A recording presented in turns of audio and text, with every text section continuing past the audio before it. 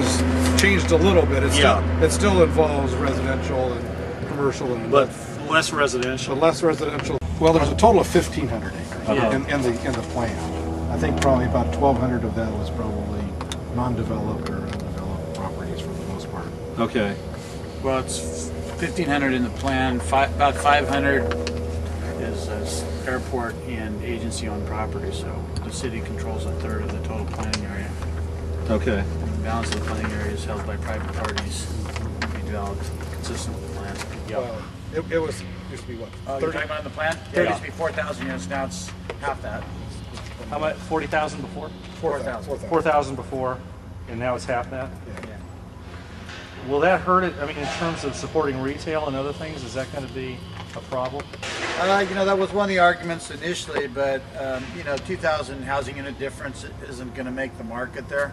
It's either going to be a good location for the retailers, and we're really appealing to sub-regional marketplace anyway, so they're drawn from a much wider area. So 2,000 units, you know, right next to it isn't necessarily going to change the dynamics. We don't think.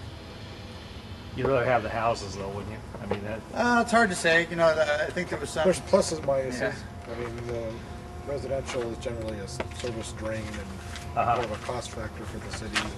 More infrastructure to install? Well, more demands for services, police, fire, such. Recreation, those types of things. So it doesn't generate as much in revenue as it costs. I mean, at best, we try to get a break even out of it.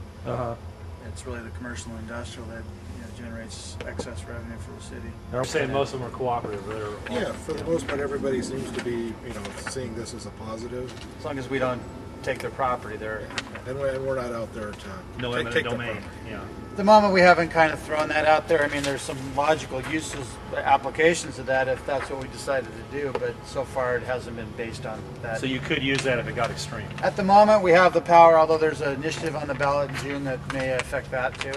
So, our game plan now is to try to use incentives as opposed to, assembling up and taking property.